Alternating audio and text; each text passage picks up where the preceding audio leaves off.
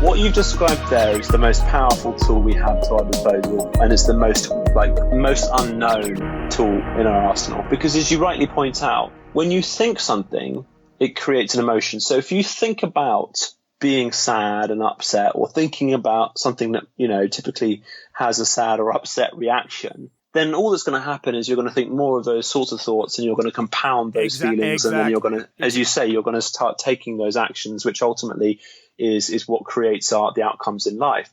So there stands to reason that we are not our thoughts or our feelings. We are the thinker. We are the creator of our thoughts. That's right. Right? Yeah. So if you understand that concept, then doesn't that mean that if you're thinking bad thoughts at any moment in your life, you can literally stop and say, okay, how about I choose to think about something different?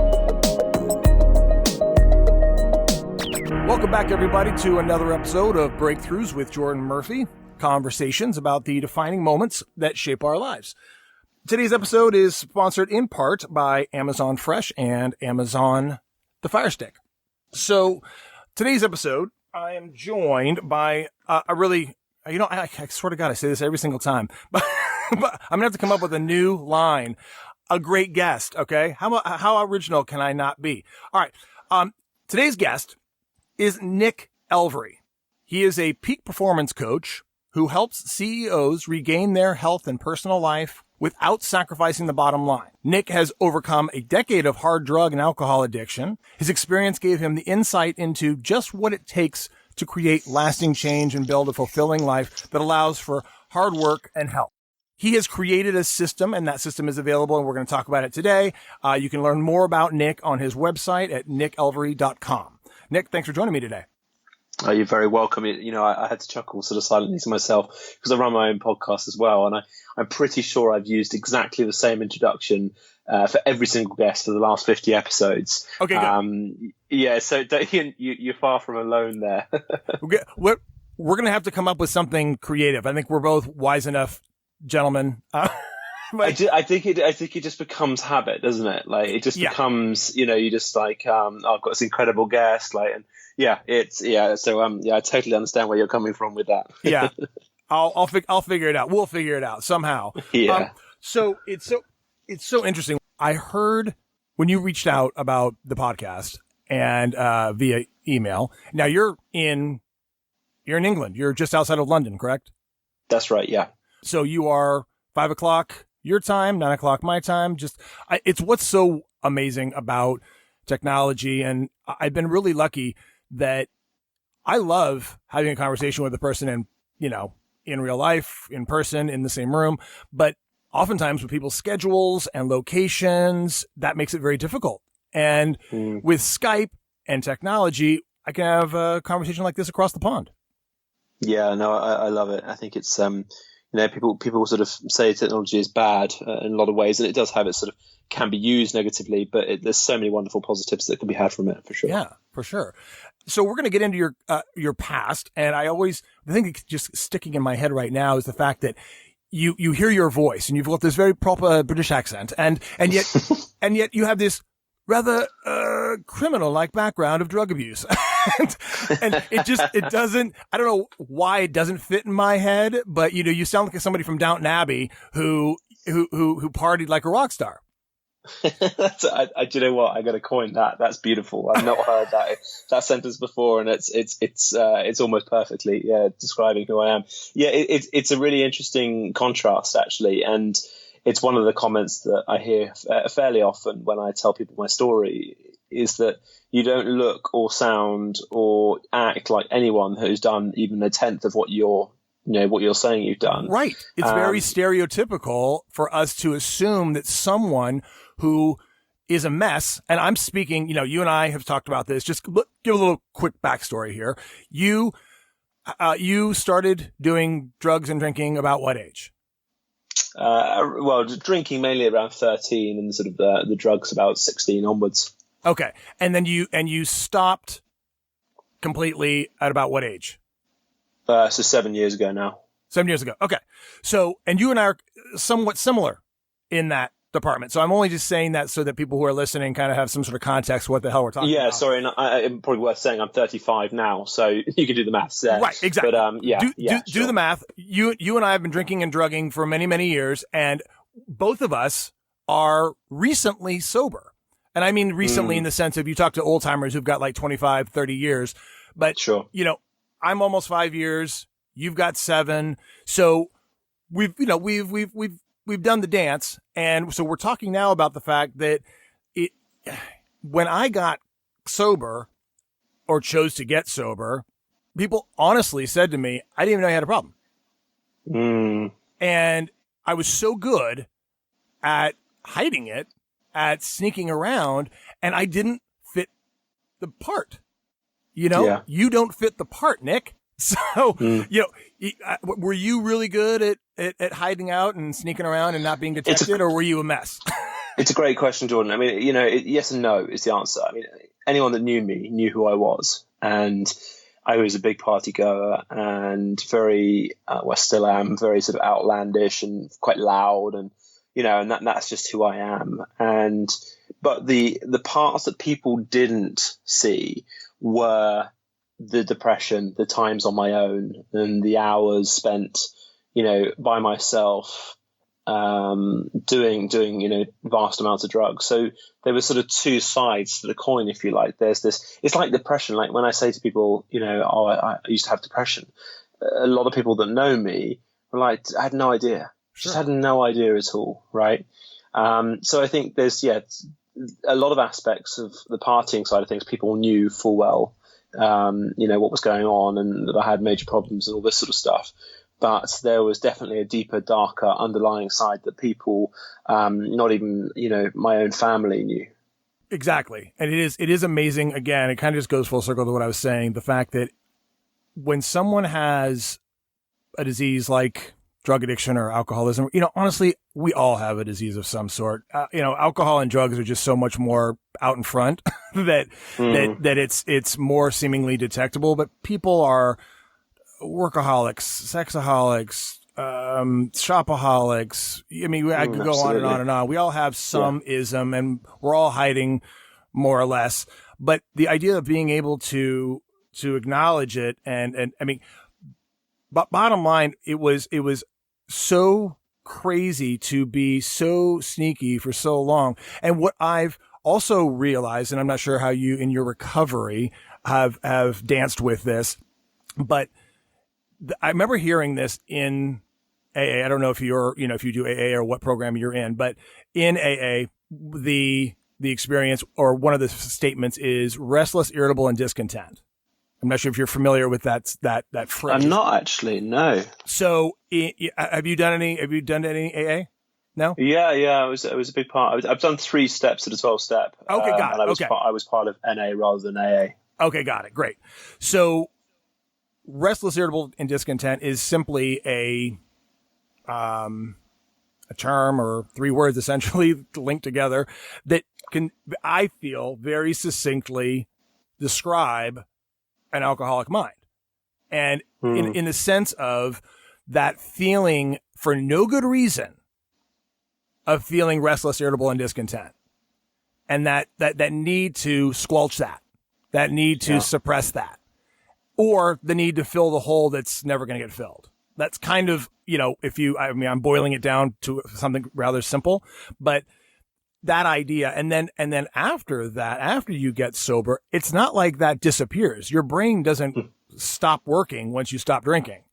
In fact, it becomes a little bit louder sometimes. Yeah, sure. Because you're not suppressing it, and we have to grow up and be big boys and, be mature. I mean, I'm sure you could probably agree with this also that, when you started drinking or drugging, you were a young dude. And unfortunately, what ends up happening is I think there's kind of a retardation of our emotional development because it gets almost stunted from that early age. And then suddenly you get sober or clean and you have to be an adult in an adult world and actually be responsible and, have integrity and all that kind of stuff with absolutely no instruction book. No instruction. That's a very interesting. Yeah, I like that. I like that view. I've never really looked at it in that context before, but you're absolutely right. I mean, there's very little growing up, taking responsibility, and becoming mature when you're using and abusing for 10 years. No. Because ultimately, for me, and I think for the majority of cases around the world, if not all, that lifestyle is for one thing only, is escaping from something that you're terrified of, or, there's a huge amount of pain behind, or something along those lines. And ultimately, I believe that's the core of everything, and which is a big component of the work. Whether you do 12 step, you do landmark, or you do whatever is right for you, that ultimately is what sets someone apart from relapsing constantly over their entire life and never really dealing with the problem, or someone who actually head on deals with it and becomes clean and stays clean. Yeah, I'm really grateful to have found systems that have allowed me to keep that sort of structure in place, that structure of authenticity, rigorous honesty, taking responsibility, all those things that a lot of people are like, fuck that. I don't want to be an adult. I mean, honestly, when you think about it, who the fuck wants to do that? Especially when you're young. I mean, when I was in my 20s, I remember finding out that, not finding out, but it was kind of like realizing that, when you're in your 20s, you're trying to figure out what the hell you're doing. And you're usually doing a pretty sloppy job of it, or you think you know it all. One of the two, right? And I remember finding out, or again, coming to terms with or realizing the fact that my parents had 3 kids by the age of 24. Yeah. And I thought, how in God's name? I mean, there was no way I was having a tricky enough time taking care of myself, much less 3 kids, a mortgage, holding down a 9-to-5 job, being married. Oh, and then being a responsible, kind, loving, generous human being. I mean, it's like, it's a lot to take on at 24 years old, and people do it all the time. And I when I realized that, I thought, oh my God, it's tough. Bottom line, it can be challenging being a human being. It can be challenging being an adult and having to be responsible. It really takes something. So what is it so you got sober 7 years ago, got clean 7 years ago. Yep. What do you think, first of all, was everyone has their reason for drinking and drugging, at the core of it, now that you've had some reflection on it? What was the reason you were doing it? Beyond just having a good time.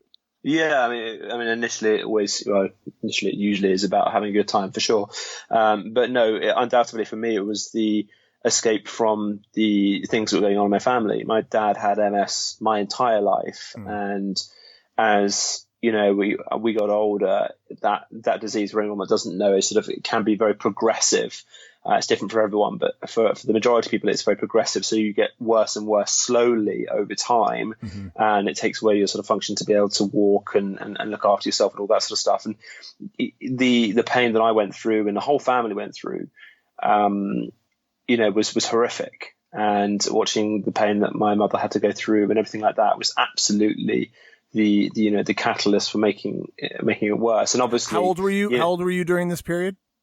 So it's sort of I mean, he had it my whole life. Okay. But it was sort of kept from us when we were younger, quite rightly, I believe so. Sure. And it really didn't affect him sort of obviously until I would say about 15, 16, something along those lines, right, around there. A nice, perfect, pivotal, transformational, developmental period of your life. Yeah, exactly. Right. And so yeah, I mean, it was just, obviously the negative aspect of it, if you like, is the worst way to deal with the family having family problems is to go and use huge amounts of drugs, which obviously only compounded the stress and the problems my mum had and everyone else. And, it just spiraled into an absolute chaotic decade of my life and everyone else around me. So were you adding then to the problem, you think? Oh, absolutely. Oh, no two ways about it, Got it. So you're saying you were causing your own inner problem, but it was also impacting the family on Yeah, I top mean, of what it's a your vicious, father. exactly. It's a vicious cycle, isn't it? So it's just spiraling out of control. And so this goes on for, like you said, a decade, Yep. and which only takes you to probably around 25 or 26, right? So Yeah, I mean, it basically, it's about 12 years. I said decade for an easy number, but it's about 12 years. And Gotcha. so I'm 35 now. 7 years ago, June the 19th, it all came to an end. I gave up everything. So how did it come to an end? And obviously in recovery, you hear people saying, I bottomed out. You had a bottom, right? You bottomed out. Did you have a high bottom or a low bottom? It's really interesting, actually, because people obviously ask me that question a lot. And the honest answer is, I mean, I had multiple, low points and bottoms throughout my life, right? We all go through those lows. And it really wasn't anything anything sort of particularly horrific. It was actually just a conversation I had with someone who was teaching a seminar at the time. And through that conversation, it just became really clear to me that the things I want in life will never happen continuing down the path that I did. And it was almost like a fog was lifted, and the answer was always there in front of my face. And, it was just my level of awareness was so poor. And this had been, I spent about 4 years at Landmark Education doing a lot of their class, their programs. Mm-hmm. And it was actually during one of those. I'm going to say it's like sort of 2 years in after starting that. So a lot of layers of the onion, if you like, had been peeled off to slowly start revealing the reality of what was going on in my life, because I liken addiction to a fog in a lot of ways, because it sort of shrouds the reality and removes your awareness of the reality of what's going on, because ultimately you don't want to face it. Like I said, at the beginning, it's addictions in a lot of ways for a lot of people, and I would probably say most people, if not all, it's about hiding from something or cloaking something or wanting to, shy away from something. There's some pain or something going on in someone's life that they don't want to face. And, that cloud of addiction just allows you to do that so brilliantly.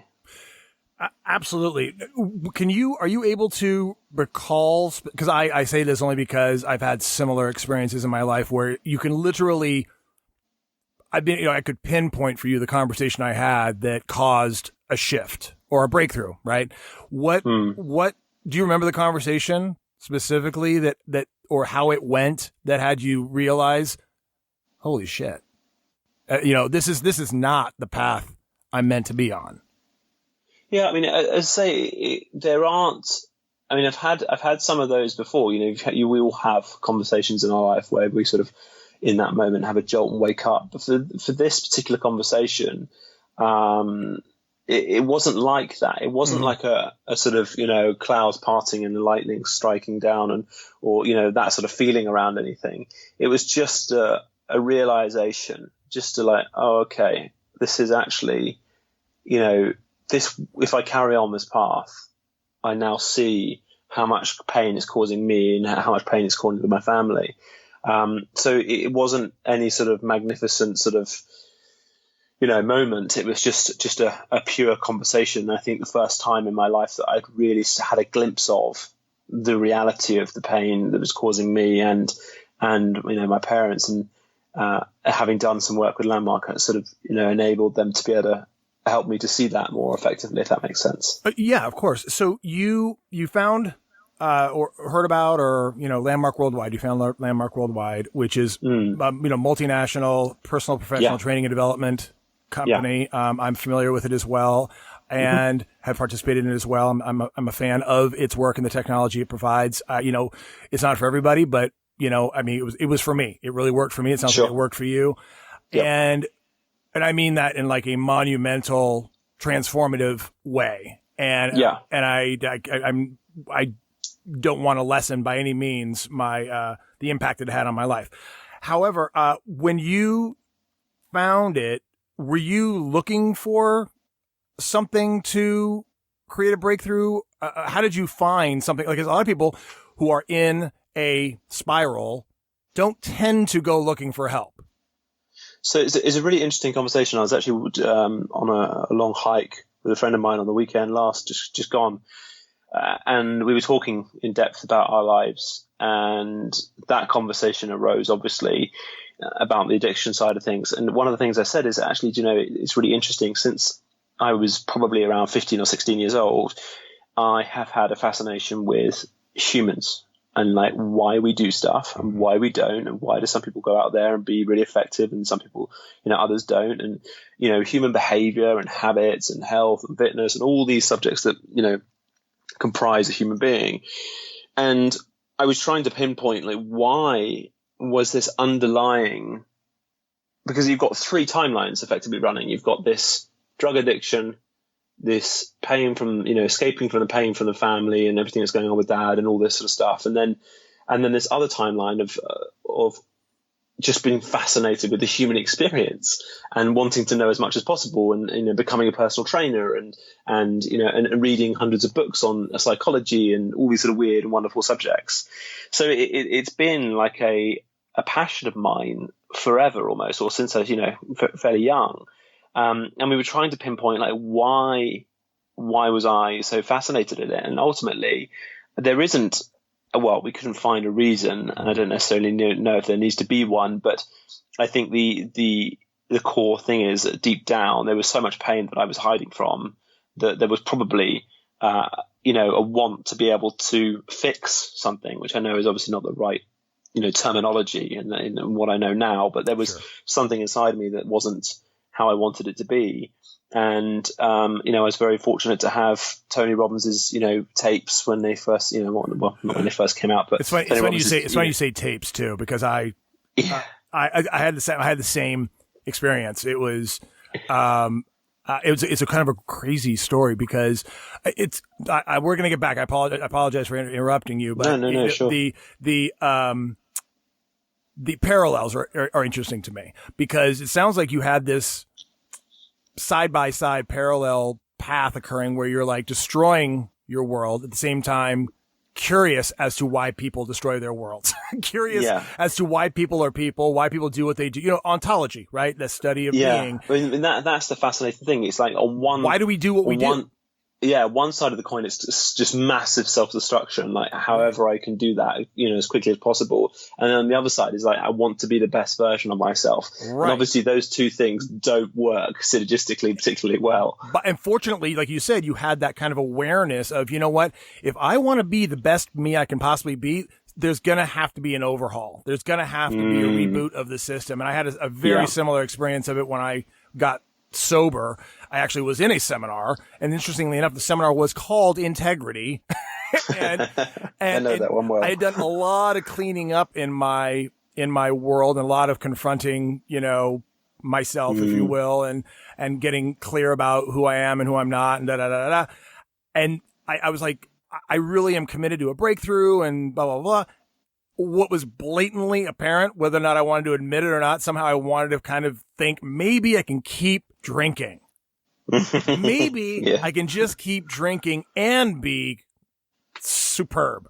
But they don't go together. And, but coming back to what you said about Tony was many, many years ago, I didn't even know who Tony Robbins was. Except for, the guy who was up at like, 2 o'clock in the morning, you caught his infomercials where he was hawking his wares. Right. And a woman I was living with at the time, she had basically gone on a tour doing, like theater, a tour, and her roommate was Tony Robbins' daughter. So she came back, she'd been on tour across the country. She came home and one day said, hey, we've been invited to go to Disneyland this weekend. Do you want to go? I'm like, I was like, I don't know. I mean, the lines, fuck that. I like Disneyland, but she's like, we get to go VIP because we're, Tony Robbins and his wife and daughter and boyfriend, whatever. We're all going to go if you want to go. I was like, Tony Robbins. But all I heard was VIP. And that sounded good to me. No lines, escort, sign me up. and free. And then I'm like, wait a minute, Tony Robbins, you have the big teeth and the big head on in the middle of the night? That was basically all I knew about Tony Robbins. And we went, and the thing, this is talk about like first world problems. It was hilarious. So we're sitting there waiting at Disneyland outside for Tony and his wife to arrive, and they were running late. And they show up, not horribly late, but they show up a little bit late, and they walk up and they apologize profusely because the plane had passed the airport, had flown to the next airport accidentally. Right. So okay. That happens. Yeah. And this is a problem. You know, I mean, it's like you and I miss our exit, right? He misses his airport. And right. So we spend the day at Disneyland, and I mean, it was extraordinary. Bottom line. I mean, the guy is an extraordinary human being, and he's very real. Like, you can talk to him. He's not like, head in the sky, head in the clouds or anything like that. He's a very real, down to earth, but he's also bigger than life. Literally bigger than life.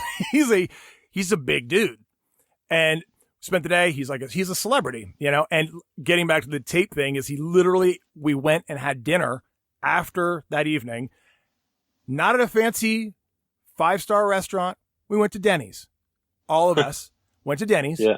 And we're sitting there talking, and he's kind of casually asking questions, but not pushing anything at all. He was like not really driving the conversation. We were asking questions. And after this really amazing in-depth conversation with the table, we walk outside and we're walking to the car, and he's like, so what do you think?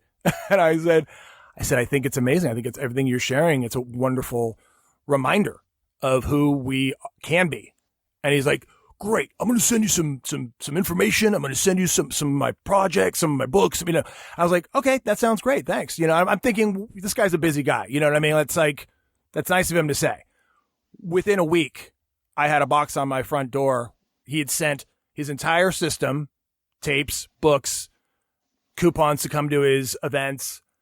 I mean, it was literally just a gift dropped on my front door. And I had to listen to it. You know what I'm saying? Of course. It was delivered to me, and I was like, I can't not investigate this. Yeah. And so I did, obviously. And so I had my tape and my Walkman, and I went to the gym, and I listened to Tony Robbins tell me to live with passion. And yeah, so it was extraordinary. So you had your experience. You found Tony Robbins through what channels? So yeah, I mean, this was the same question that actually my friend asked me, like, who introduced you to Tony? Like, where did it come from? And I can't remember, but all I remember is that being at 16 years old, like walking through, it was a winter, icy cold, frozen little puddles in the forest, walking around, touching my fingers together, listening to his voice, his very unique voice. Yeah. And, just fascinating. So that was the whole, catalyst for my self-development journey. And since then I've gone on quite a rampage within all sorts of different fields because, the human being is a complex animal in a lot of ways. And there's so many facets, so many layers to it. And we're all unique. I mean, a big part of what I do today working with CEOs is really bringing that point home, is we cannot blanket provide information to people because we are all unique. We've all got different biological makeups. We've all got different experiences. We've all got different, a different sort of build. And it's just so much that's unique to each person, but it's been a fascinating journey. I tell you that much. So you started the company that you have, the Peak Performance company. When did that start? Mm-hmm. So in its current form, it's been about 3 years now. Okay. And what, you have a system that you use, like a multi-level stage system. Yeah. Yeah. So effectively the initial process is always about gathering data, right? So for every single one of my clients, it's about, I want to intimately understand that human being from a DNA, from a from a genetic standpoint, from a daily habit standpoint, from environmental, like the whole nine yards, right? And we're very fortunate to live in a wonderful modern world where we can actually use a very effective combination of technology and genetic testing and testing of bloods for hormone panels and all these sorts of wonderful things, and and cortisol levels and stress hormones and stuff. So we can actually get a really clear snapshot of, right, this is your biological, your genetic makeup. This is what you've been given, right? Yeah. This is what your current snapshot of your hormones are doing, and your vitamin D levels are doing, and your cortisol stress levels are doing. And then we actually do real time tracking of HRV, which is effectively a measurement of stress. So throughout the day, we can see actually what's going on with that human being.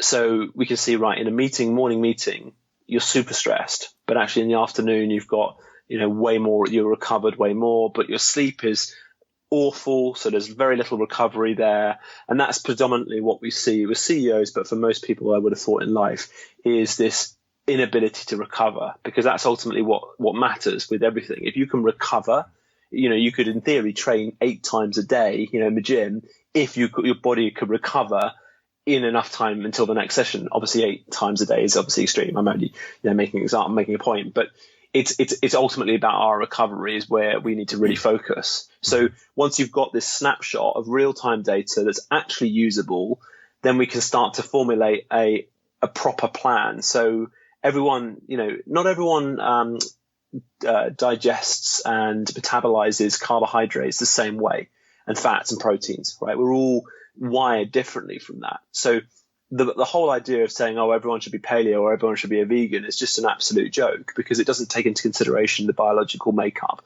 of that human being. So that's ultimately what we do, is we get the snapshot of data first, interpret that data, create custom plans for whatever the goal is for the client. And obviously what we do is about performance, cognitive enhancement, i.e. being sharp and focused and having energy throughout the day, and being able to switch off as well, which is a big component of being a CEO, which is very challenging for a lot of them and for most human beings on the planet, actually, from what I can see. And once we've got that, then it's just a case of, right, let's implement this plan. We do one-to-one coaching with them as well to make sure there's adherence to the program and make sure that they're completely understanding what the process is and how it works. And then, after a period of time, we remeasure and take new tests on everything that we've taken before, and then and go through the next evolution of what needs to be updated or changed. Because, for me, that's the only way you can really do a proper program. Because otherwise you're just guessing. You're just guessing, really. Yeah, I mean, you have a very scientific, empirical approach. Sure, and for what my clients want and what they require is getting back up to performance for a lot of them, and then extracting that sort of top 5%. And for most people, they probably don't. They probably just need to eat a little bit less sugar, eat a bit more real food, and exercise a bit more, and get some better sleep. Right, that's the reality for most people. But for people that want to perform at a much higher level, then it's a different strategy altogether. So, what is it that your background? You've been doing this 3 years. As far as the expertise that's involved in understanding all these different avenues, biological, psychological, physiological. I mean, what is your background, or what is your company or your employees? How does that all work as far as that? Okay, so it's a great question. So my background effectively is from personal training. So I'm a qualified personal trainer, and that's the sort of area of expertise that I bring to the table. With regards to the testing, the genetic side of stuff, that gets done and handled by other professionals. So it's a case of getting all the data, doctors looking at the bloods, for example, looking at the hormone panels and giving their opinion on where the cortisol levels are and what, if anything, needs to be done from a supplementation side standpoint has to happen. And from the genetic makeup side, again, we've got teams of people that actually look at this data and interpret it and give useful, valuable data. And my job as a coach is to bring that all together in a package that's seamless, because the problem with CEOs is they have no time, or at least that's what they'll tell you. They've got very busy schedules, right? Right. And it's about delivering a program, and we use a sort of concierge style approach, which is maximum performance, like maximum benefit for them, but minimum disruption to their day. So for the bloods, we'll get a nurse to go to their office or to their home, whatever's convenient for them, to have the bloods taken. And everything is just ease of use. So it's really a team effort, and I'm the glue that holds it all together to deliver the program and give the coaching and show them what needs to be done. Because a big part of what we do as well is stress resilience training, because it's such an important component. You've now got all this data, this heart rate variability data, which is effectively, as I say, stress measurement. You've got this metric, you've got these metrics in front of you, and now it's like, okay, cool. Well, we can see that you are hyper stressed. Like, you are chronically stressed the majority of the day, and you're not recovering. So here are some strategies and tools, and we actually have some really cutting edge strategies that allow you to, over a period of time, sort of 6 to 8 weeks, to really combat and stress and build resilience, because ultimately stress is just an interpretation. Right. What one person finds very stressful, another person might just breeze past with no problem whatsoever. And it's about retraining your nervous system to be able to bring an awareness to and see what is actually stressing you out, and then implementing tools and strategies to be able to bring that back into equilibrium and be less stressed most of the time. So did you, when you were first starting, first of all, you mentioned time, which, I mean, if you could have or create or support someone in having a breakthrough in time in and of itself, that would be a huge breakthrough alone. I mean, absolutely. You and I both know that two of the main reasons people do or don't do most things in their lives is time and money, or pain and pleasure. I think for me, time is never about time. No, it's about priorities. Right. Well, it is about, it is about priorities. And that's the thing, is that it's the confusion or the collapsing in your mind that says, I don't have time for this. No, you haven't prioritized it. It's not your priority. When someone wants to do something, they'll make time. Completely. It's simple as that. Yeah. I mean, you heard the analogy of like saying, listen, it's a Sunday night at 6:00. And if I were to say to you, tomorrow, I've got an all expense paid 5-star trip to the Bahamas for you and your significant other. Can you be ready? Yeah, it's very kind of you, Jordan. I'll be on the plane tomorrow. Exactly. You will move mountains to get it done. And time doesn't become an issue. Time is a construct, right?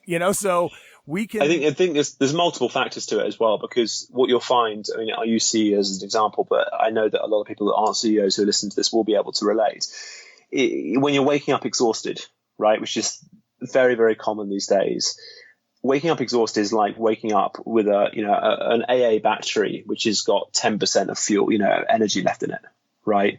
And then you're expecting to do all of these complex brain energy zapping tasks throughout the day with 10% energy. So, even if you have this huge amount of time, you're so ineffective, so inefficient with that time that it just distorts time dramatically. Sure. Whereas if you wake up with even sort of 60 or 70% of energy in that battery, then time becomes a very different factor. Like, life becomes very different, and a big part of what I do is bringing energy back to these guys' lives. Because, a lot of these CEOs, and again, people I'm sure are listening to this who aren't CEOs can relate to it as well. But, we get the results in the areas that we put a lot of attention to, right? So take health and fitness. If you're someone like me who, studied over the years and trained to be a personal trainer and understands the body and understands diet and all those sorts of things from a physique perspective, then it's easy. Like, just, I get up at 4:00, 3:30, 4:00 most mornings, go to the gym for an hour and, do a sauna and do all those things that are important to me. And it's effortless, and people look at me like I'm a weirdo and like wonder how I do that. But it's just I've spent so much time training myself and getting into the right mindset and doing all those things.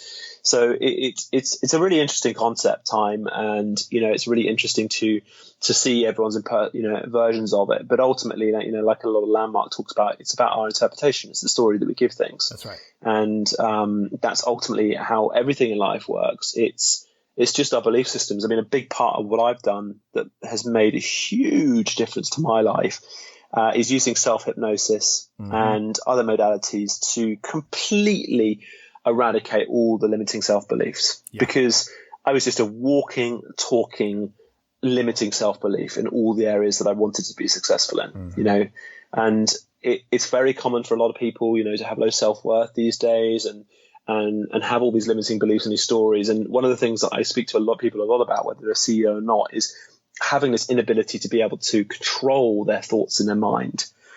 Right, it's that mind chatter that's on constant churn that they can't switch off, and ultimately, the issue there is, firstly, you can't control the thoughts. It's more the reaction to the thoughts. Well, you can create new thoughts, but there are other thoughts that come from other places, right? Completely. I mean, I think that the thoughts are going to keep on, the thoughts are going to keep on thinking, but and correct your reaction or our reaction to those thoughts is in our. I always hesitate to use the word control because it's such a, slippery idea, but we can manage the chatter with exercise, with practice. Yeah. We have to exercise a new way of participating in the experience. Most of us are on autopilot. Most of us. Well, that's it. That's the thing. Autopilot is the word right there. That's the key one, because as you know, we are given our subconscious programming, our autopilot programming, for want of a better expression, in the early years of our life, 0 to sort of 7 or 8 years old, around there. Okay. Right. And that's primarily where all our programming comes from: our parents, our government, our schools, our peers, etc., etc. And unless you actively go about trying to change that, that will be with you for the rest of your life. It's a computer program. Even know about it. It's a computer program. Totally. And if you leave that computer program running and you don't update it, if you know what I mean? It's really just like a computer system. Yep. If you don't update your system, the actual hardware becomes useless. Yeah. And the funny thing is, when you know how, it's actually really easy to change it. Right. Or when you even realize that it's a possibility. Yeah. I think once you realize it's a possibility, but there are still I've spent so many hours, God knows how many hours over the years, trying different modality after different modality, and there are hundreds out there, as I'm sure you're aware. And really, for me, what's made the biggest difference is self-hypnosis, visualization, but using all the senses, and really getting clear on what it is I want to become as a person, like my identity, and reprogramming that. And it takes effort. It takes consistent effort done correctly over 90 days is an ideal sort of threshold for complete transformation. Right. And yet I still believe, like anything, like you as a personal trainer, I think would agree, you're going to cause a breakthrough, right? Which is, and you're going to create muscle, and you might go kind of, the ramping up may be somewhat aggressive and awkward and uncomfortable, perhaps, right? Yeah, for that period of adjustment. And like you said, you kind of reach maybe a 90-day plateau, whatever you want to call it. But then there's still maintenance.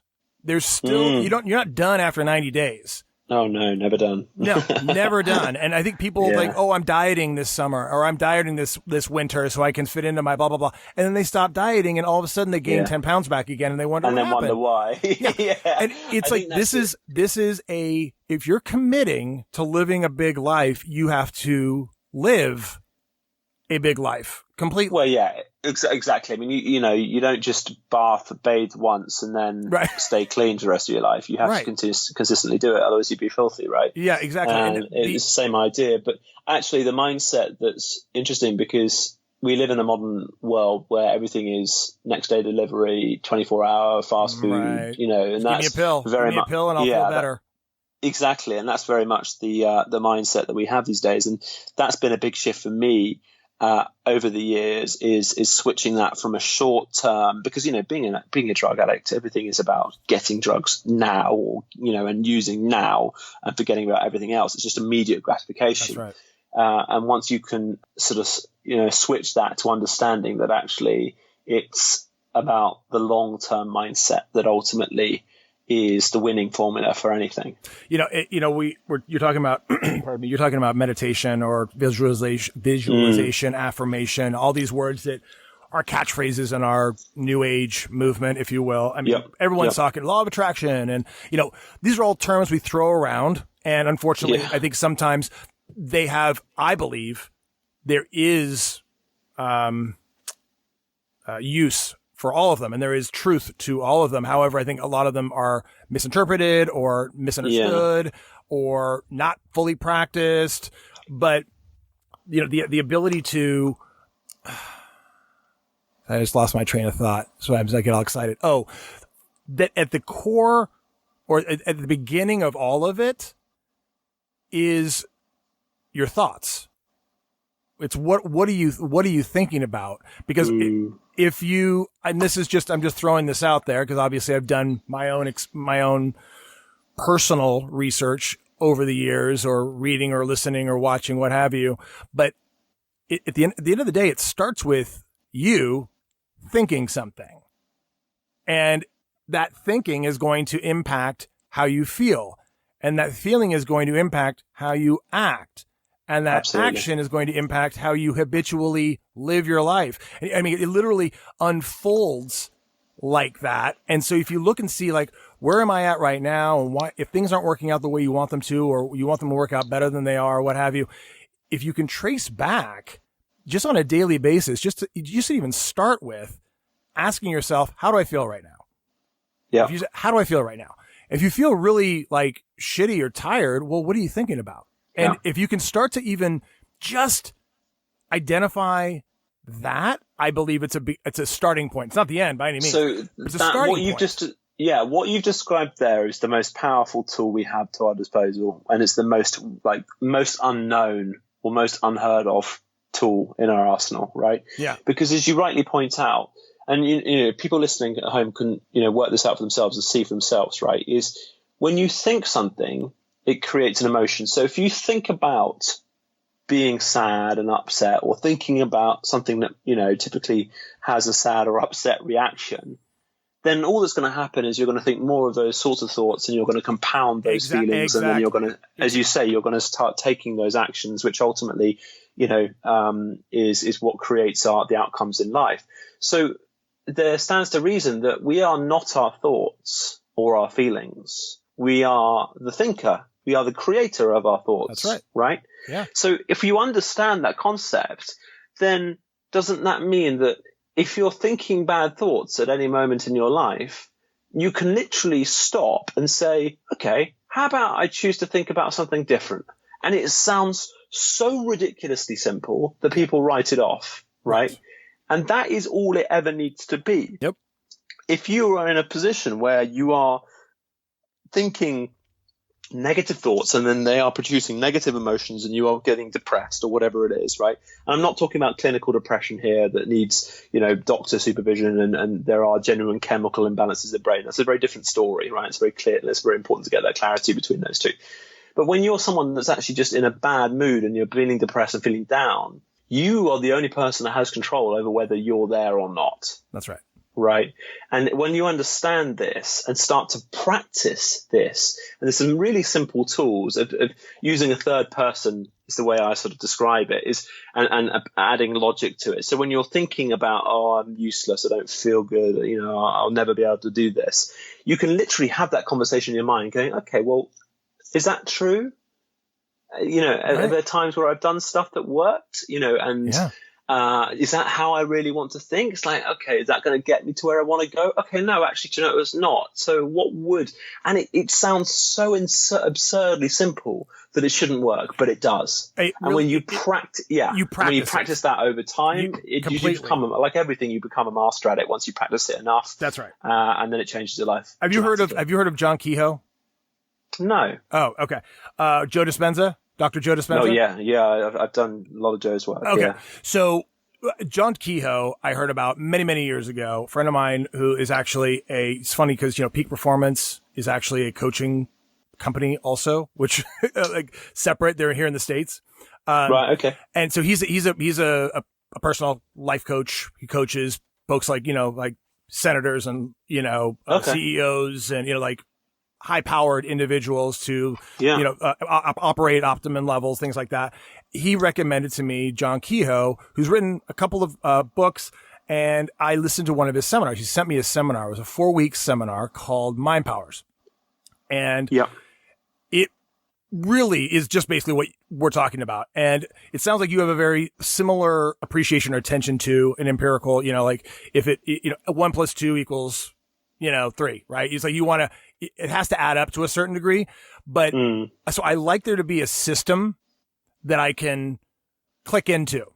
And this provided a very specific system that allowed me to do exactly what we're talking about and to test it out. I was like, okay, sounds great. People could listen to this and go, these guys are full of shit. This doesn't work. I've tried to think different thoughts. It doesn't work. But that's not what we're saying. We're not saying have a positive attitude. We're not saying think some good thoughts occasionally when you're feeling down. It's not what we're saying. That's fleeting. It's temporary. Mm-hmm. This is a more consistent, ritualistic practice for living a life. Now, and again, you and I would also admit we haven't figured it all out. We're not done. Yeah. We're still working it out. I just feel like what we're talking about, we've implemented into our lives. You've implemented into your clients' lives, and you're seeing results. And that's the main thing. I want specific, measurable results. There's two things. There's two things there. Firstly, if you ever meet anyone that tells you you've got everything sorted out and know everything, then run away from them quickly. That's right. Because they're talking absolute cod shit. That's right. And secondly, it's like anything. You don't go to the gym and just lift a dumbbell and become hench. Like, that's just not how it works. Right. You want any result in your life, you have to do reps and sets. That's right. And you have to do reps and sets in a way that's, it's working. We've all seen people in the gym who are throwing weights around left, right, and center, and they may get some results, but they won't get the results that they want, especially in the time frame that they want. Right. So it's about doing it effectively and then doing it over time. Doing it effectively, doing it properly, doing it over time. And, I heard one of the quotes that he said in the seminar, which I love because I personally thought it was very eloquent and encapsulates what you and I are saying. At the core of what we're saying is that thoughts, when emotionalized, become magnetized and they attract similar and like thoughts. Yes, absolutely. And you could be, you're driving down the street and you're kind of feeling down. You don't want you to feel down. You're feeling kind of tired. And you're like, oh man, I've got to pay my rent on Thursday. And I don't even know how to fucking pay my rent. I don't even fucking hate my job. My job is terrible. I must be a fucking loser. I mean, how did I even get this fucking job? What the fuck am I even doing here? You literally are talking about the fact that you pay your rent, but you've just made yourself out to be a fucking scumbag loser. Yeah. How's that working out? How's that working out? Tornado. Yeah. It's called thought tornado is what I give the name to. And we're all guilty of it. I still have to catch myself. I think I'm a little bit more agile now, but let's just say that things that used to slip past me would have me reeling for days. I've been able to pull back to hours, and sometimes instantly. But it's literally just that identification of going, whoa, where are you going? The mind is a dangerous neighborhood. You should never go on your own. It's a dangerous neighborhood. Anyway, I think that, obviously. I think just to jump in there quickly is what you're saying is absolutely right. And, I've made it my absolute sort of life mission, if you like, or at least for the last few years, to really become very, very effective at spotting and being able to jump in front of these thoughts and halting them where they stand and reversing them and putting something new in. But I remember what Tony Robbins said, and I'm probably going to bastardize this ever so slightly, but he went along the lines of saying, look, he still has times where he gets in bad moods or negative thoughts arise or whatever, these things happen. But the difference between his modern version and how he used to be is now it only lasts 90 seconds. Right. And I think that's ultimately the goal that we want to strive for is, look, when I used to be depressed, quote unquote, it could take me out for months. It'd take me out for weeks and months at a time, and I would just be totally ineffective and, lying in bed for way too long, watching Netflix hour after hour, and all these sort of destructive behaviors that aren't going to, get you anywhere. But now, the longest that sort of emotional turmoil will take me out is probably, half an hour to an hour if it's something that's really, really aggressive, right, that I haven't maybe, dealt with in the way that I usually deal with them. You have tools to use that you can put into place and put into action to work with that. It's not like it's not like you're at the complete effect of it. And I think that's a big part of it also, is I think we, in my past, were usually at the mercy of the circumstances in our life, and they're too big, or that's too much, and we'll justify it's just total victimhood, isn't it? Exactly. And we'll justify it, and then we'll call somebody and we'll tell them about it, and they'll agree. And then you'll call your mom, and then she'll agree too. But you'll only call the people that will agree. I mean, that for me was the big, was a big step, was really taking responsibility for all of those areas, and just seeing what it was for what it was. And, I'd be very good at throwing the pity party and going, oh, poor me. Oh, isn't it awful? I'm trying so hard and I can't get anywhere. And it really, when you start to see how destructive that is, and actually it's you're the one causing that, because you want sympathy and you want, it's a learned behavior that you've learned over the years. It's somehow that behavior worked for you in some way. Exactly. Even to your lessening, you even to spite yourself, you will actually stay in that state. Exactly. They can have a negative or positive outcome, but they'll still serve you in some way, right? And it's for you to figure out what that is. That's part of the challenge. I have 10-year-old daughters and a 14-year-old boy. Well, 11 actually. They're still 11. And I was having a conversation with one of my daughters the other day, and this is the thing that's also so exciting to me about being a dad, but is being able to share what I'm learning is working for me. And I'm 48 years old, you know what I mean? So it's like, I started this in my life later on. My kids are, much younger, and to be able to share with them this kind of information now.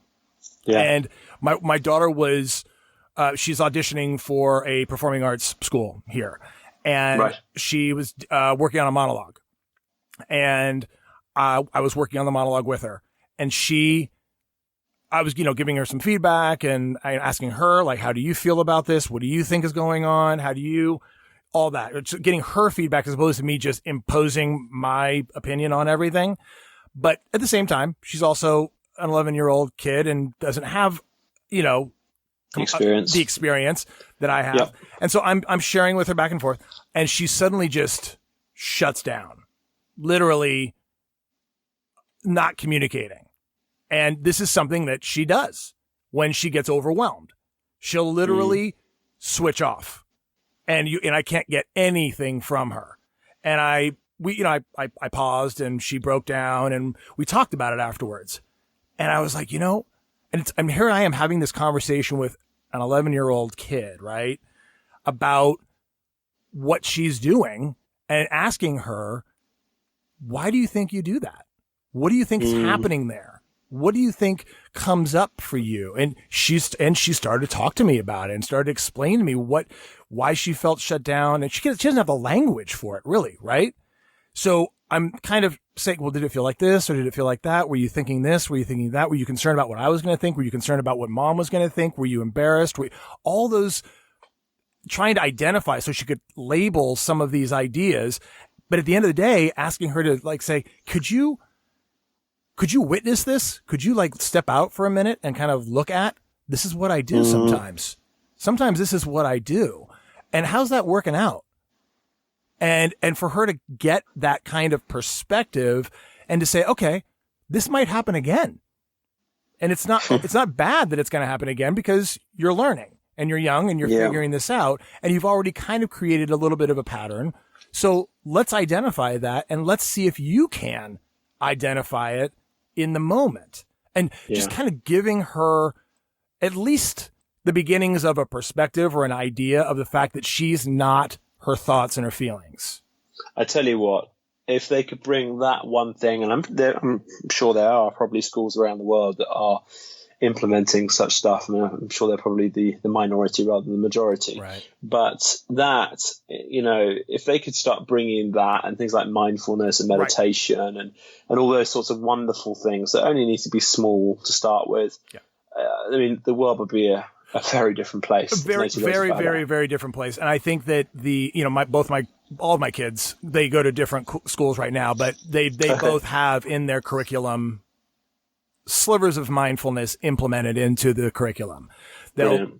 Periods of the day where they literally have mindful moments, different variations of it, but nonetheless that it's even present and that I can have a dialogue with them over here. And it's not just dad talking about it or mom talking about it, or mom or dad actually doing it. I mean, they know that I practice meditation. They know that I practice affirmations and visualizations.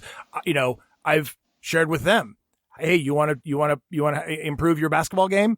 Let's do this. Hey, you want to increase, you want to get a better grade in that class? Let's try this. And trying things out and experimenting with it and having them see results and getting that surge of a win, it's only going to, I believe, help to create a new behavior. It literally creates, that's what we do the things because they feel good, right? Of course. And if you can create that, whatever it is that feels good. I mean, I was trying to tell my son, about playing basketball and, as far as improving his skills and, whether it's going to a basketball clinic and then practicing and all these things. But I'm telling you, man, I was watching him play a game yesterday and he went last year from being like a second string bench warming mess to this year, a starter, center, very athletic, very comfortable in his body. He's still got work to do, but he was shooting much more. He was making baskets, and I watched him make the baskets, and I literally almost felt like I could see the surge of dopamine and adrenaline like just explode in his body as he scored the point and then just like ran back to the other to defend, against the offense coming back. And I'm like, that's why we do stuff. Yeah, because it dopamine. Feels good. Absolutely. Yeah, absolutely. It feels good. So, if you can use the chemistry, I mean, like we were saying, that thought happens, right? And then that emotion happens, and that emotion triggers chemicals in our body, in our brain to fire off. And we're a big, huge drugstore. And a lot of the drugs can not feel so good, and a lot of the drugs can feel great. So, like what we were saying earlier, the ability for us to realize that we're not our thoughts, but that we have thoughts, right? To realize that we have the ability to manage our thoughts, it gives us that opportunity to say, you know what? If I'm making up if I'm making up all this stuff, right? And I mean, many things, especially when it comes to like things that you make up about yourself. You do something and then you have a result, and that result is either what you consider positive or negative, and then you attach, oh, well, I'm a loser, or, oh my God, I'm so amazing. Whatever you want to do, right? You're attaching stuff to it, right? That story that you've told is basically made up, and it's made up by you based on the past or what you've seen or heard or whatever. So if it's all made up and you're not satisfied with the way your story is unfolding, then if you're doing all that stuff accidentally, you're doing that stuff accidentally, unconsciously. You're doing it. Imagine what you could do. Because I mean, if your life is not going the way you want it to go, and you're having a really miserable life, financially, career, relationships, whatever it is, if that's the way it's going, and you're willing to take 100% responsibility for it, which is also really important.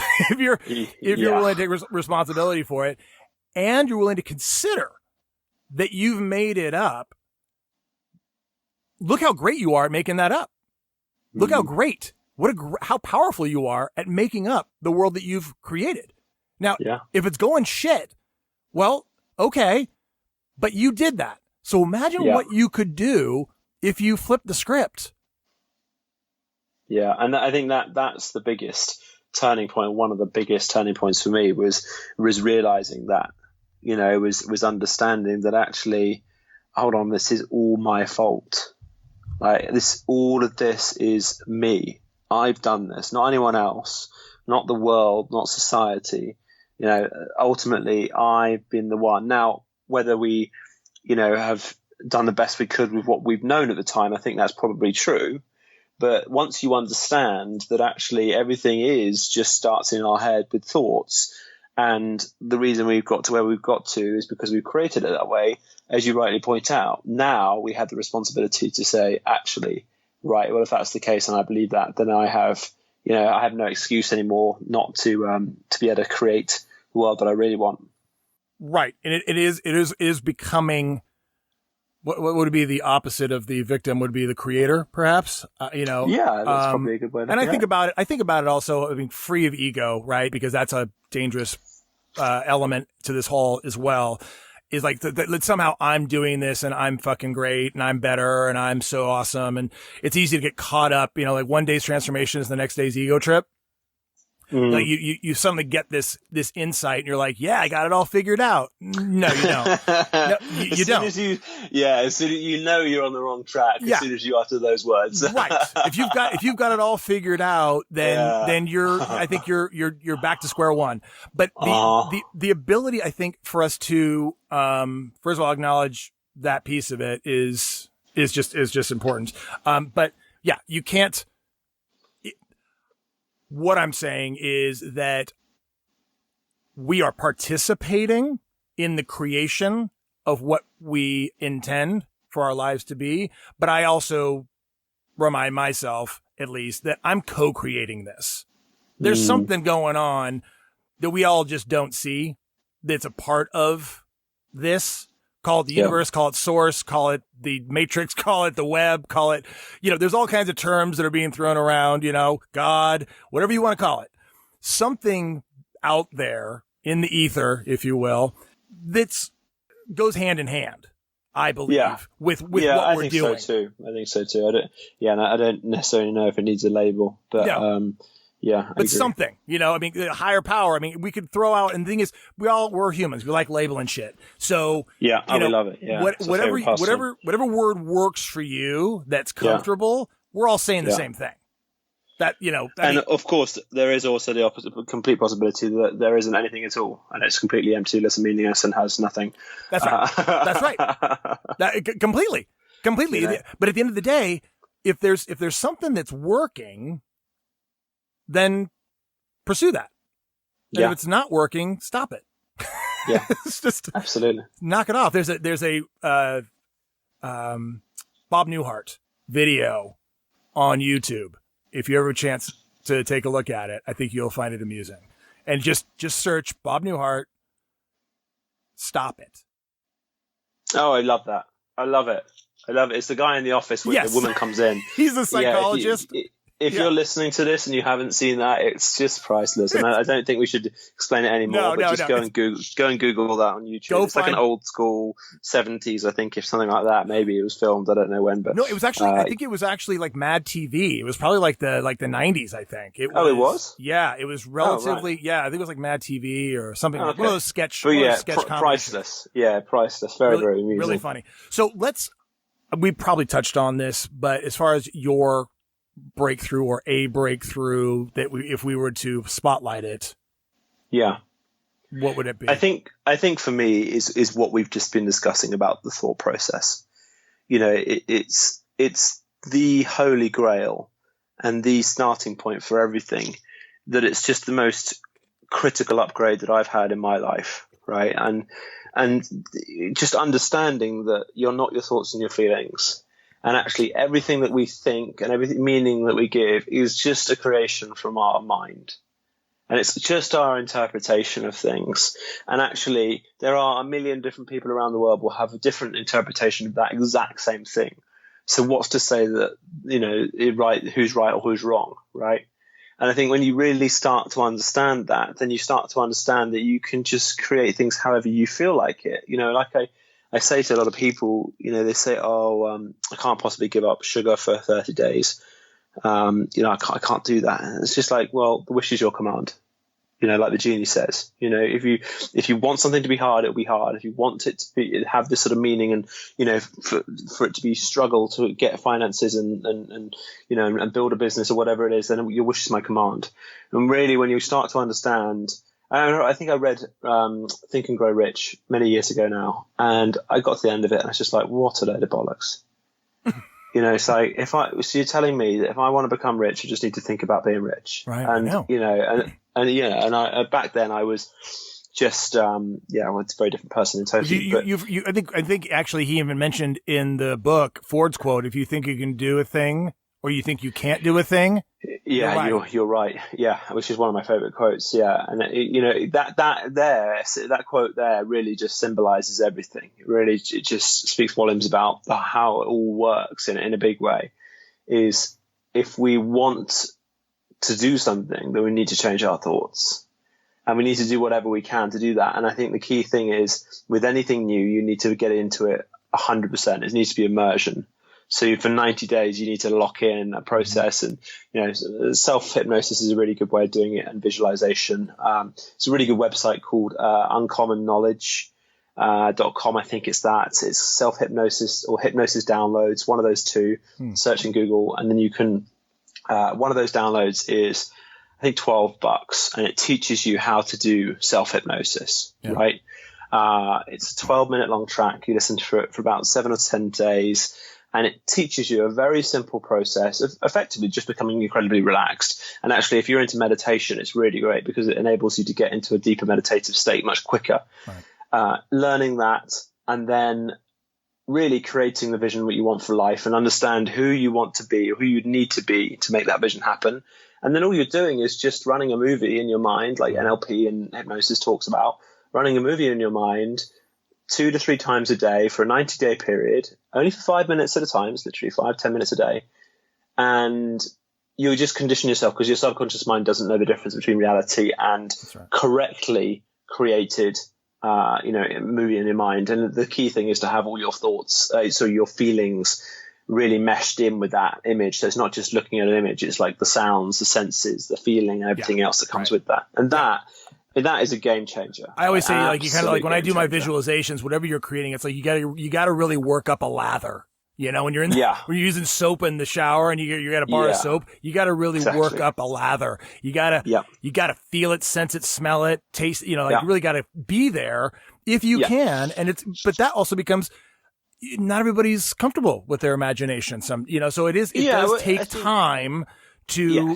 And why I think YouTube is fantastic. I mean, you can find just about anything on YouTube, but I mean, the idea of having a self-hypnosis where you're in the driver's seat is great. Yeah. There's something also to be said about having a guided meditation where you've not done this before, and find a guided meditation. They're available for free. And maybe you try one. I don't like that person's voice. They're annoying. Great. Find another one.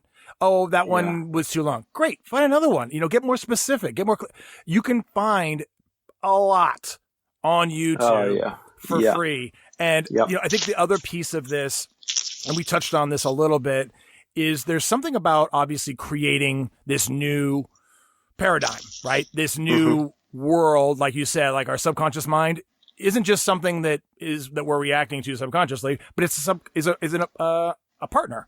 Our subconscious mind becomes a friend. Yeah. And absolutely. If you can, but the other piece of it that I realized, because I was, sometimes I would like plateau in my practice, or I would bump up against something, or whatever it was this area seems to be sticky for me. What is it about this area that has probably limiting beliefs that are entrenched? Like you said, things from 7 years old, from 14 years old, from those pivotal transformational developmental periods in our lives, that uncovering and cleaning out those areas, I find also has been necessary for me. Yep, absolutely. Identifying them can be tricky. That, depending on what, obviously you can do therapy. I'm not a huge fan of therapy personally. I feel like it prolongs the issue, but being able to explore, again, whether you go to a website that you find through referrals, that you pay for a system or you pay for a program, fantastic. Or go on, go on the internet or go on YouTube and search cleaning or clarifying or removing, limiting beliefs, because those limiting beliefs are going to become counter to what you're creating new, I find, and they can sometimes conflict with each other and slow the process. Well, that's the whole point. Is you need to radically shift those, because you are always working from your ceiling of performance or results is always going to be your subconscious programming. Yeah. So if you're saying I want to be a millionaire, and then your subconscious programming is going, I'm poor, I'm never going to make millions. That's right. Then you've got no hope in hell. So self-hypnosis for me has been the most effective method of changing those limiting beliefs. And, ultimately there are different modalities out there, and you need to find the one that works for you. But I always recommend, and I've tried lots over the years, and I always recommend the ones that worked the best for me and, best for other people that I know. And for me, self-hypnosis, and it's hypnosis, like the whole word and experience can put people off, but it really shouldn't. Like, all it is literally getting into a deeply relaxed state, and you're using your mind to do that. And then you're the one creating the image in your mind. So it's not like, a lot of people have this sort of version of stage hypnotists of making people act like chickens and things, right? It's nothing like that. It's just about creating a deeply relaxed state and then doing some visualization, and that is an absolute game changer. And do you use NLP? Sorry. It's all part of the same, right? In a lot of ways. Yes. If you create that state, then anchoring that state using NLP or things like that. Yeah. Yeah. I mean, self-hypnosis and NLP, there's a lot of crossover with both of those for sure. Great. So let me see. Is there something about you that, other than what we kind of identified at the very beginning, being that you spent years being a madman with drugs and alcohol, is there something that today people would learn about you and be surprised? That's a good question. They would learn about me and be surprised. The whole drug thing is the obvious first answer. Right. But we've covered that. I'm a bit of a strange one. I mean, I've got weird routines, and being a peak performance coach, I'm always looking at new ways of doing things. Like, for example, this entire interview, I have been sat in my infrared sauna, and at the end of this, I will jump into an ice bath. So there are weird and wonderful things that I do that are sort of not the obvious thing that people may look at me and see and think. Mm-hmm. But no, I think really the main one is just my history, and it does surprise a lot of people when they see me dressed up smart and speaking how I do and looking how I do. I don't look or sound like the traditional ex-addict, Yeah, for sure. Now, as far as things in this program that you've created or in life in general, but is there any behavior or any attribute that you had as a younger guy that you found to be what you thought was a weakness that ultimately became a strength? Good question. So, yes, actually, one of the interesting one was from an episode that happened at school, I made it mean that people didn't like me, and I tried to do everything to fit in. And I was labeled odd kid at school for something that happened. And, I spent a large portion of my life trying to being a people pleaser, basically, for want of a better expression, just doing and saying and being who I thought people would want me to make sure that I wasn't the odd one out. Right. And what that made me is it's sort of a chameleon, if you like. It sort of gave me this facade, or allowed me to have multiple masks that I could wear in different environments to try and fit in. Yeah, I can be whoever you want me to be. Exactly, right. And obviously that's not authentic, and there's loads of insecurities that are surrounding that. And once I've dealt with all of that, what I found that it did leave me with was this ability to be able to talk to anyone. Right, whether they were from a similar background or not, I have this ability to be able to speak to anyone of any level and not really have any trepidation about it, or and now it's done in a way that's genuine, and I'm just being myself, and those sorts of things, and that has put me in good stead in some ways. Being able to sort of mirror people's body language and those sorts of things became fairly natural to me, and when used in a rapport building context, genuinely wanting to get to know someone and sort of see, understand what they're going through and all that. And from a coaching perspective, it's been very, very handy, very useful. Sure. Once put into into a positive context. Would you say that was, then a fear or an obstacle that you had to overcome and you ultimately have? Oh, ultimately. Yeah, right. Absolutely. Yeah. Absolutely. It's funny you say that, because I was I'm working on a character for a project, and the character is a bit of an outsider, a bit of a loner. And one of the parts of my research in doing it is, I'm not a person who is an outcast, right? I tend to like being with people, but this character is not me. And I'm not creating me as this character, right? I'm creating a character. And so oftentimes, especially like if I, doing something that's, like being a military person or some walk of life that I just don't have any context for, I will meet and talk with people in that life, in that world, to get a taste, a feeling. How do they move? How do they talk? How do they act? And just kind of observe them, right? And so I chose to talk to a homeless person last night on the street. Now, I don't know about you, but I, unfortunately, I'll give people money on the street occasionally, but rarely do I strike up a conversation. But again, kind of in that confrontation of my own awkwardness and fear of what might they say? How would they be rageful? Would they tell me to fuck up? Whatever, right? Like all the stuff that could possibly happen, sometimes you forget, like, the best result could actually also come out of it. We all kind of tend to, unfortunately, prepare for the worst as opposed to preparing for the best. And I ended up having a conversation with this guy, and it was fantastic. It was amazing. He was awesome. He was great. I struggled with my own wanting to help him and to, empathize with him and to see how I could, do what I could to help him out. But nonetheless, it was, again, that kind of confrontation of one's awkwardness. And if I hadn't stepped into it, there'd be something missing in my research.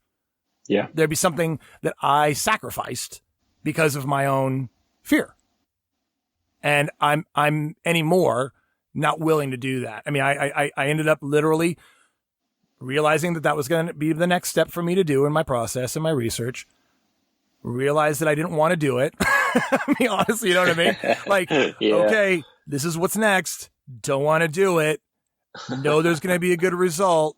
Doing it anyway, like literally kind of moving through that experience and getting on the other side of it and getting the result that I've got. And I think that I'm grateful for that I'm working at it, at least, hoping to get better and better at it, such that fear is quieter than it is right now.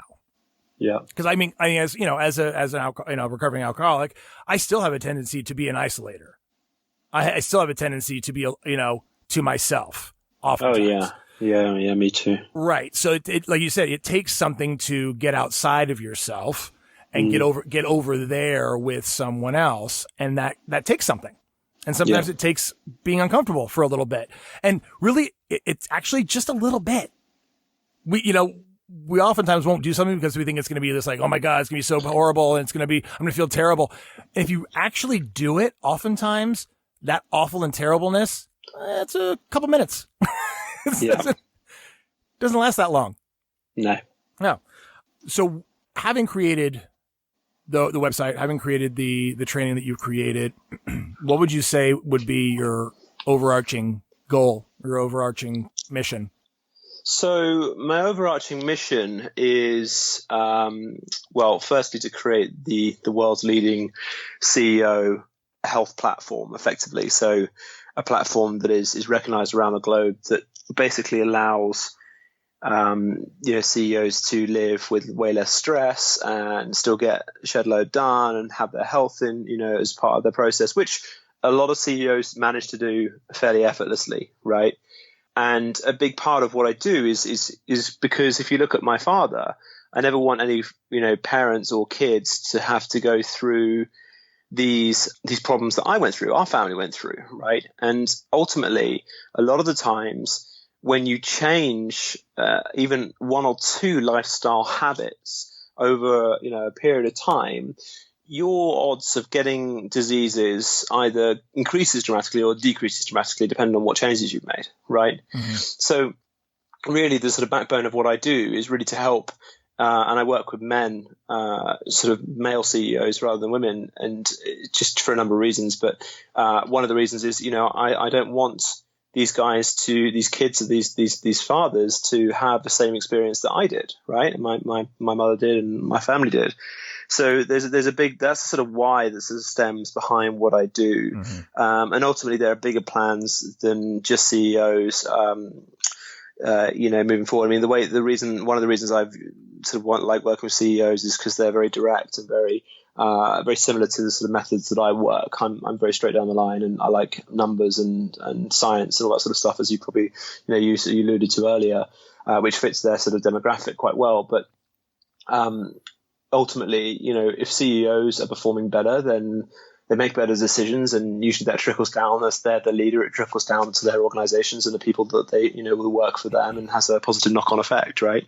And I think once this is established and is, as a leader in its market, then I think that there are other things that I want to do, but at the moment they're not priority. Awesome. Well, is there anything else you want to cover or talk about, Nick? No, I think that's it, really. I mean, for anyone that is interested in doing that, having more performance in their life, do head over to my website at nickelvery.com. That's really where I live, or on LinkedIn, just search for Nick Elvery. There's only one with my name that I can find, so it's pretty easy. I don't have an Instagram account or spend any time on Facebook these days. So that's really the only places you can find me. But you have a podcast as well, correct? Yes. Yeah. I have Daily Habits podcast, which is, where I interview sort of experts and CEOs and all sorts of different people around the world and world champion boxers, and really sort of tease out the mindset and, similar stories to what we're, conversations that we're having today, just really getting into the head of that person and trying to share as much of their sort of winning formulas, if you like, with the world. So, yeah.